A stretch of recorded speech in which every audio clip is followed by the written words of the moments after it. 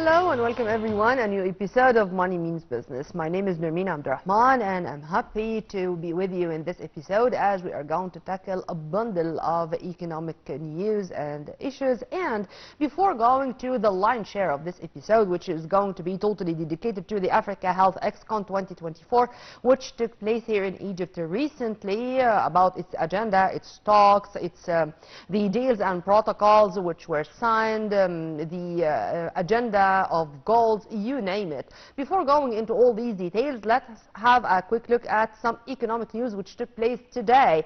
As President Abdel Fattah al-Sisi and visiting other counterpart Ilham Aliyev witnessed the signing of a number of memoranda of understanding between the two countries in various domains. At the signing ceremony included sealing MOUs in fields of electricity and renewable energy, as well as youth and sports, in addition to the signing of a memoranda of understanding between Cairo and the Governorate, the Executive Authority of Baku City, which were signed by Minister of Foreign Affairs Sameh Shoukry from the Egyptian side and Minister of Foreign Affairs Jaihan Bayramov, Minister of Energy Parvez Shahbazov from the Azerbaijani side. All these protocols and deals were signed today after summit talks which took place in Al Ittihadiyya Presidential Palace between President Abdel Fattah al-Sisi and visiting Azerbaijani counterpart.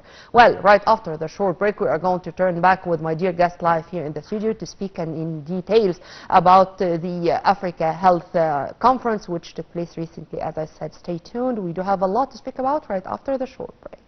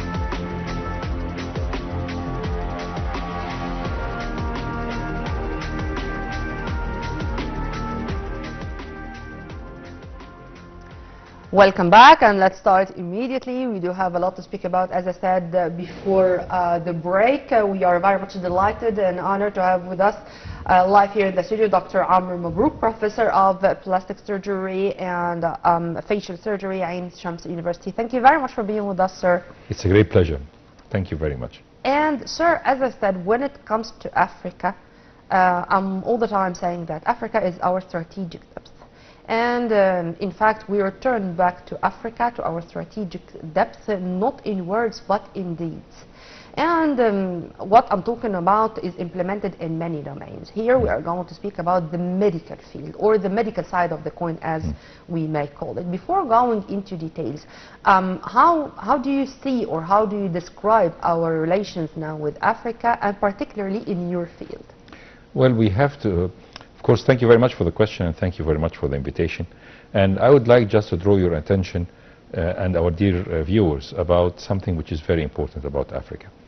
Africa is one of the most important continents in the world, and it is one of the richest continents with all the raw material that we have. We have the richest gold mines, we have the richest cobalt, diamond, and 65% of cultivable land is present in Africa. With a continent that has 1.5, almost 1.5 billion people living, it is a very big challenge. And the most important challenge didn't start today, or didn't start with the independence. It started in 1884. In 1884 there was a very important conference that was held in Berlin for almost 1 year, where all the European nations have gathered to determine their lion's share of Africa. And ever since this period, in this year, in this drastic conference, there has been an agreement between the different countries about what they are going to take. They have taken up a lot of pieces of land, and they made their own countries on the map without any respect to the dominance of the people are living there, the tribes that are living there. They have created rafts between brothers and sisters, and they have created complete disasters where they have absorbed a lot of the resources of this continent. For us, Egypt has to, as it is defined, the Arab Republic of Egypt, yes, we are Arabs, we are Egyptians, and Egypt is part of Africa. Sure. And when we talk about how far Egypt has been living the dream, the African dream, we can always refer to what happened in the 50s and the 60s, where Egypt had a very strong ties with Africa, helping all the liberation movements, and Egypt has paid the heavy price of being involved in support of all the African countries for their independence, with the loss of a lot of our resources and a lot of our political status, and definitely a lot of animosities that this has produced. So this paid well in 1973 during the war, where almost all of the African nations in favor and returning the favor to Egypt have cut all the relations with the enemies of our side. Dead enemies, yes. Dead enemies and enemies at that time. So when we talk about the relations that has unfortunately passed into a period of decline in the 80s and the 90s and the early 2000s, we find that our President Sisi, is very much concerned with building the bridges, with building the trust and the confidence between our brothers and our sisters in Africa. We are an African nation, and we are an Arab nation, and we are proud of that heritage. And therefore, when we talk about medicine, we have to refer ourselves to a very important fact. The problem with Africa, due to the whole involvement of the colonization and the imperialism of taking up all of our resources in Africa, there has been decline in the process of the most important process of advance, which is education and health. Education and health goes hand in hand. Sure. You cannot have or maintain or control the health of the people unless you have good education. You are not only educating students to become in the health sector, whether they are physicians or nursing staff. No, you are educating the human beings, how to take care of their health, how to take care of their basic health. Investing in the human being. Investing in the human being, in education and in health. So this comes the role of Africa, and there is nothing that can really build the confidence as much as the soft power. It's not it's not the use of the Kalashnikovs or the machine guns as the imperialism has done. It is the use of the soft power of building and presenting a hand of help and a hand of education in health and in education. We have seen the cooperation through the foreign ministry, the Egyptian foreign ministry, since the 50s and the 60s, where there is always, up till now, and even during the period of decline of our relations with Africa in the 80s and the 90s, there has been always maintained a connection and a communication where Egypt has sent not only physicians but sent also education teams in different countries, and it has paid that not from the expenses of the African Union but from the expense of the Egyptian government.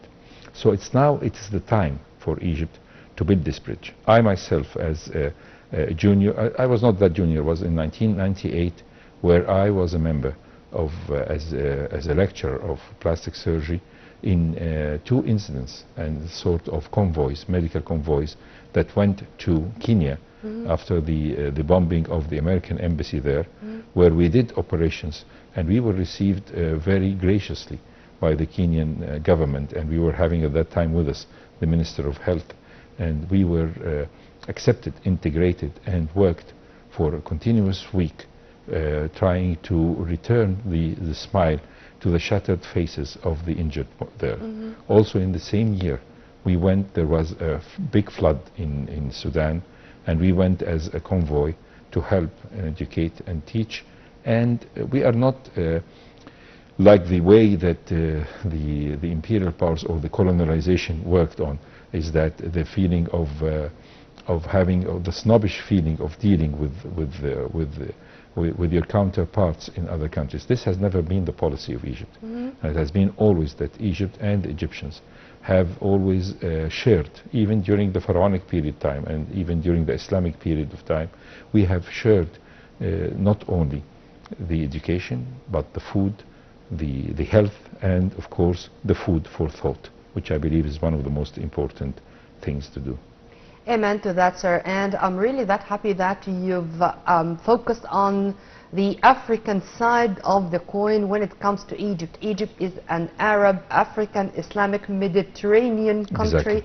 So Egypt is all the time playing an iconic role, if I may call it this way, in many stability and security in all those regions.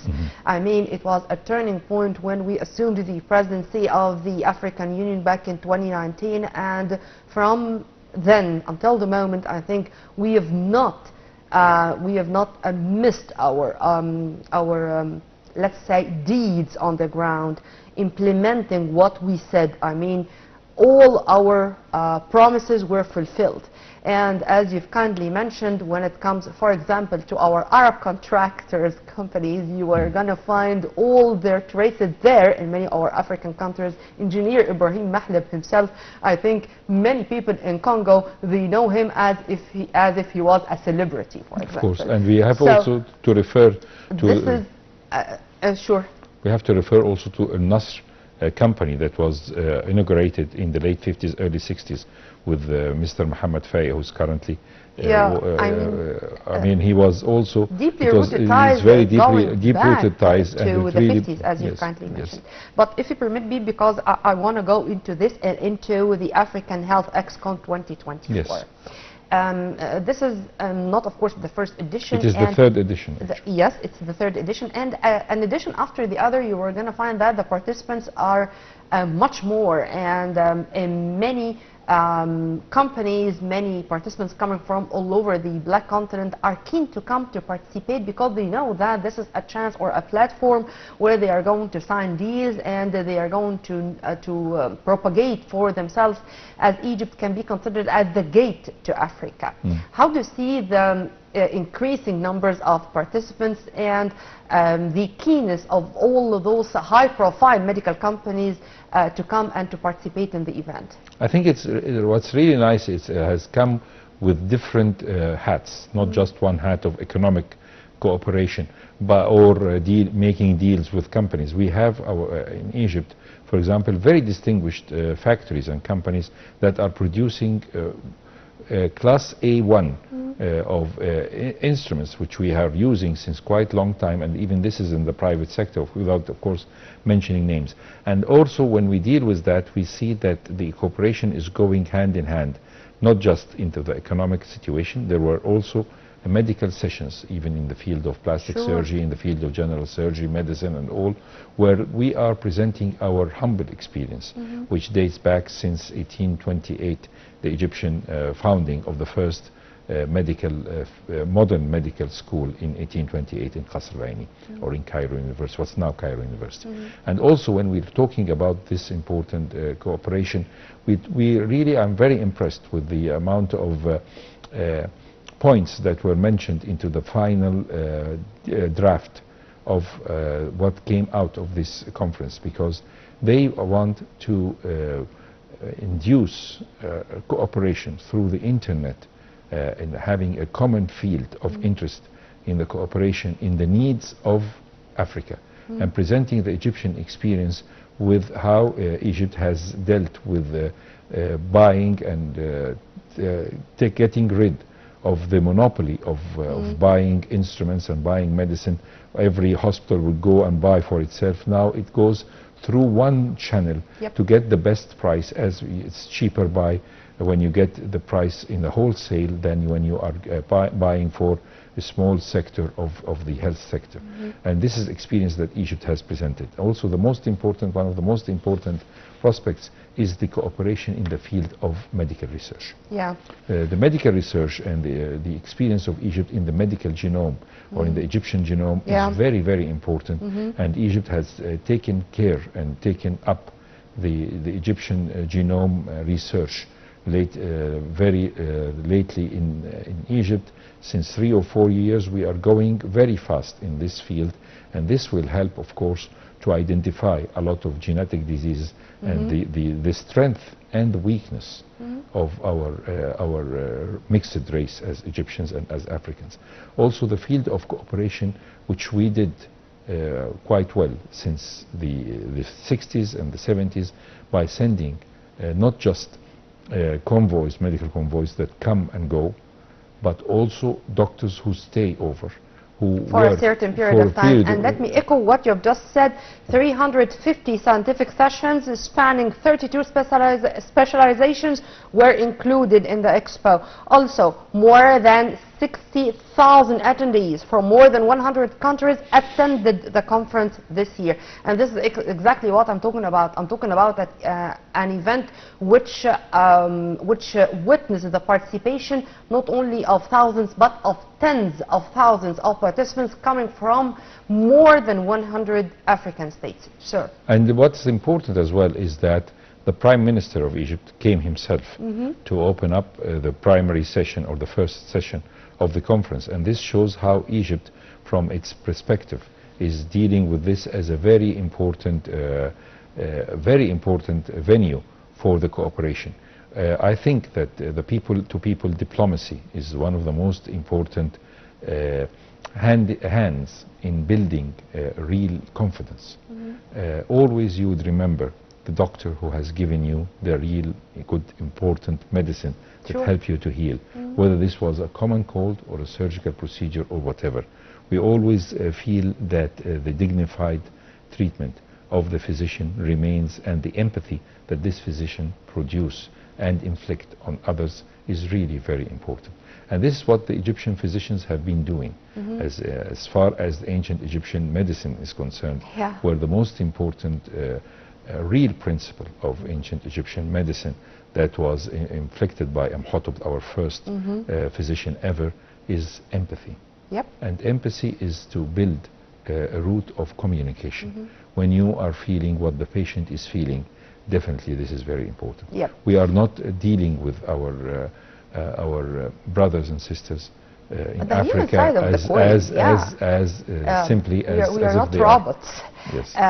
Sir, I was focusing a little bit more on the deals which were signed and stuff like that, because these are the tangible things which I will remember, and when they are implemented on the ground, we can say that these were the tangible results from such conference. And here I'm just having such a few examples, because it's not only among research centers, for example, or medical facilities here or there, but for example, one of the Middle East and Africa leading provider of diagnostic and enterprise imaging solutions announced the signing of a memorandum of understanding with the Egyptian Authority for Unified Procurement, Medical Supply, Management of Medical Technology, And the agreement was formalized during the company's participation in the conference.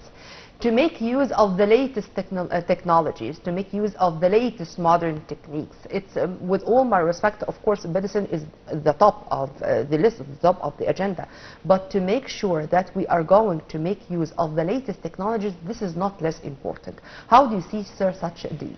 You see, in order to present a distinguished medical service, you need a lot of arms. The first arm, of course, is the human factor. Yep. And the human factor, the only profession that the AI will not manage to supervene or to stop forming is simply the medicine and the health sector. In the health sector, this is the only professions in the world that will never ever suffer from lack of work or for loss of work. So what's important is to understand that we have the human factor, and the human factor is a doctor, a nurse. Medical staff. Yes, but to build a medical staff, it's very important. Egypt has the strong background of building real competent medical staff. We really are opening up all our schools of medicines, not just for the people who pay, but also for the people who cannot pay. And we are accepting a lot of medical students from Africa for very nominal fees to study medicine, pharmacy, and of course to study nursing. The second important point is the second arm of medicine, that what you have said is simply the technology. And the technology, we cannot do medicine by telemedicine as people think. There has to be, telemedicine will be effective in, for example, like what we see in the States and the experience of India versus America, where the Americans are sending doing, for example, the MRI and sending them to India, taking the advantage of the time difference, and the Indian radiologists are going to write the report back to you. This can be done very easily in Egypt as regards of communication. So all what you need to do is to have a technician in the start who can function the equipment or the radiological equipment as the MRI or the CT scan, and it goes vice versa to get the report and to get back the answer. The third important point is the drugs or the pharmaceutical products that are very important. A country like India, and India is not a country, India is a subcontinent, has been very highly advanced in the pharmacy. I don't know what are the reasons. I know, when I knew, for example, that we had this kind of cooperation with India regarding the generic drug of facing hepatitis C, for example, and I know that's coming from India, for me, forgive my ignorance, it was surprising. And when I know that India is of the most advanced countries in this regard, for me, this was, then it was a surprise. You see, it all started in the 60s. They started with us in the early 60s when Nehru decided to build up what's called the, of course, the most famous Institute of Technology is Massachusetts Institute of Technology. So he did a copycat of this MIT and called it the Indian Institute of Technology. And he had a lot of branches all over India where the students are fighting hard to get a place in this India Institute of Technology. Harvard, I think they call this is like their Harvard. Yeah. And therefore they get this proper education and come as leading the whole community forward for the scientific activities. In Egypt we have this background, we have the talented students. Egypt is a big country. We are almost 110 million people who you will be amazed about the number and the capabilities of these Egyptians. If you go and visit the opera, for example, you'll find a lot of very talented musicians who are completely dedicated. They love what they do, and they are doing it and training for it. You can find that, as you find it in art and music, you'll find that as well in medicine and in pharmaceutical business. So we have a lot of well-built pharmaceutical industries that are working hard to build up all the generic drugs. The generic pharmaceuticals, every company when produces a certain medication, it has a certain time for the patency. And after that, this patency will be opened for the whole of the world to produce. So when we do this in Egypt, and when we do all these factories, these are not just for us, it's also for our neighbors and friends and It's relatives. for humanity. For humanity. So this is very important. I'm very happy that a lot of MOUs have been produced and written and signed by the influential persons involved in the field of cooperation in the pharmaceutical industries. This company which I was talking about is a Japanese country, and in fact the CEO of the Authority for Unified Procurement, Mr. Baha Al-Din Zidane, the chairperson, he welcomed this partnership and highlighting the long-standing bilateral relations between Egypt and Japan, and this is only one of the agreements between Egypt and Japan is very this is it, significant contribution, and he made this example mentioning our Rish hospital. So Japan is a very concerned with its type of political relations with Egypt and with Africa, and they don't have any colonial ideas, though they are thinking of helping the humanity and building the structure. Yep. What they have done with the Abu Rish hospital and the continuous treatment of it, and what Dr. Baha Al-Din Zaid was talking about as a very experienced physician on the head of the nationalized procurement authority, which is very important to work and very job, and having such a distinguished gentleman leading it definitely gives a lot of important influence on building up further steps forward. What we need is to go fast. What we need is not just to sign MOUs, but the MOUs have to be translated into final agreement and final agreements that can really produce rapidly real good products. What we are seeing in the field of medical schools, where we are receiving a lot of African medical students, this is just a drop in the sea and the ocean in further cooperation. And education is a very important field. We have seen how much the people who learn in different countries will always have their loyalties, their scientific loyalties going to their alma mater, whether this alma mater is in the States or alma mater is in Cairo, in Egypt. This makes it a big difference.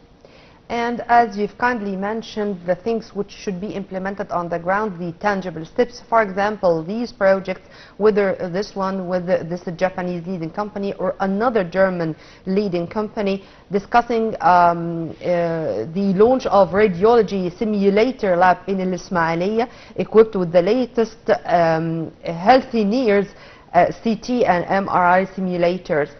This is only another example, and here I'm very happy to speak about Al Ismailia or in any other city in Egypt rather than Cairo and Alexandria, for example. No centralization. These labs and those medical facilities are going to be built scattered all over Egypt, not in a certain place. How also do you see that? You see, for example, when Japan did built its Japanese Technological University, it built it in Burj Al Arab, and I see Egypt as this is just the tip of the iceberg. We can really work on it. Egypt has almost about 26 universities, governmental universities, other than the private universities and the non-profit governmental or universities that are working very hard to produce a good product. A good product is a human product, and a human product has a lot of things to learn and to get the final product of cooperation. To have a well-educated, decent human being definitely makes a big difference on the final outcome of the cooperation. If people are understanding this field of cooperation and understanding how far that what brings us together is much more than what divides us, definitely this is really the best way to go through it. Amen to that, sir. And sir, of the most important issues or subjects which were discussed, that every state or every African state has its own circumstances and its own environment, but we need to cooperate together for the best interest of all of us. It's not a luxury. It's not a luxury. It's a must to cooperate together. Oh yes, despite the fact that, for example, this country was suffering from Ebola, that country was suffering from malaria, others were suffering from the CT issue, but to cooperate together for the sake of Africa is going to have the positive impact on all of us. Definitely, this is completely true, because for me myself, on a personal level, as a member of the board of reviewers for very important scientific journals in the field of plastic surgery, whenever I receive a paper for reviewing coming from Africa or from the Middle East, I always appreciate very much, and I write on the points of the strengths of this paper.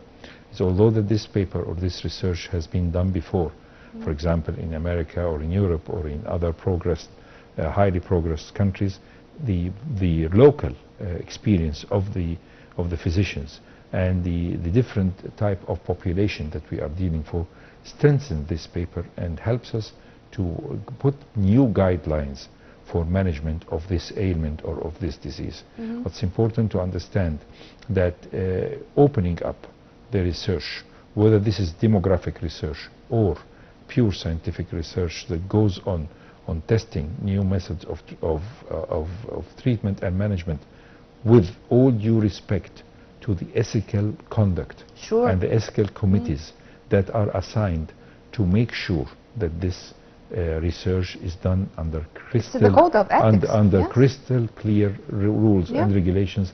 Definitely, this is what Egypt can do. And this was one of the points of the MOUs that were made, that the cooperation in the field of research should go hand in hand, because nothing or nobody will be better in doing a decent, honorable research without any aims for other manifestations, except the children of the same country or the children of the same continent, who are very much concerned for the well-being of their fellow patriots. A pandemic like COVID, I think we all were taught many lessons by it. And it really, because it is a pandemic, the medical side of it is very important. I think the whole world is not now as it was before COVID. How I can say that what I've said is implemented on Africa, and to make sure that we are not less at all than any other developed nations who made sure that they benefit from this curse and turned it into a blessing. See, from the first point when COVID happens as a pandemic, I was sure that in very short period of time the world will manage and to get the good vaccine and the good treatment and the good management. Why? Because this is pandemic. It's affecting the white race as much as it's affecting the black race. But we are concerned in Egypt with what is affecting Africa, because when you have an endemic disease, like you, for example, you give an example of tsetse or bilharziasis or whatever, nobody will be interested in funding any research in this field unless they have a lot of patients or cases. So we're not afraid about diabetes or about hypertension, because these are ailments that are affecting the whole humanity, and therefore the people will find up a lot of good management for that. But we are concerned with the endemic diseases, and this gives me a really important point. For example, one of the very famous physicians or plastic surgeons who started plastic surgery in the world, Sir Harold Gillis, when his son went to medical school, he has learned empathy from his father. His father was very much involved in empathetic work with the injured people in the First World War. His son decided not to become a plastic surgeon, but he was into the tropical medicine, which is a field that is not common in Europe or in the States, and therefore it does not have a lot of affiliates and does not have a lot of researchers. In Egypt, we have this affiliation. We are working in tropical medicine because we are part of the tropical infested countries, and therefore this makes Egypt is a very important cornerstone in the research, in the R&D research and the development in this field of diseases and endemic diseases. This needs all the time, sir, to think out of the box, innovation, and to make sure that we are starting from where others end, not to start from scratch. We are not inventing the wheel, as you say. Exactly. And this needs vocational training. This needs to be all the time updated with the latest. We should have inspection tours in different countries where we should know more about all the even new symptoms of a certain disease or a plague, God forbid, or stuff like that. If you want to elaborate on that too. Well, of course, definitely. It's very important to know. It's very important to do your homework. And doing your homework is not just by studying what's happening in your country, but what's happening in other countries. Yes. And also to know how the people are dealing with you and how to deal with the policy makers of other countries. When these countries are on friendly basis, then you will have to build up the communication and the connection. But as we go further onwards, for example, after the invasion of Egypt in 1882, we found out that Cromer himself has shut down the medical school of Egypt. And he said that the Egyptians do not need a medical school, and that the medical school of Cairo is not eligible to produce doctors, but it will only produce assistant doctors.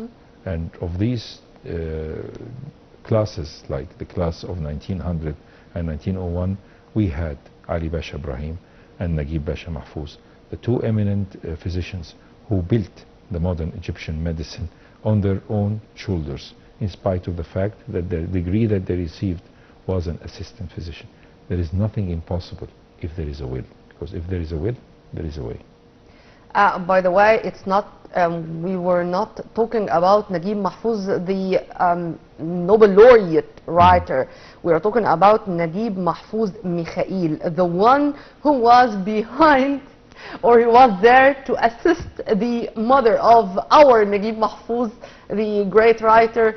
And because of him, we had our Naguib Mahfouz, and his father insisted that he is going to name his newborn baby after Naguib Mahfouz Pasha, the famous first obstetrician and gynecologist, and he used to pass by all the midwives in Cairo and tell them, if you have a trouble, call me, and I'm coming to be help for there. A very distinguished man that we always remember him with pride.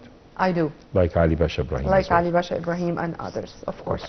Sir, unfortunately, we're running out of time, but I really enjoyed our discussion, and I'm going, sir, to leave you with a promise to see you again in more episodes of our program. My pleasure and honor. Thank you very much, Nermeen Hanum.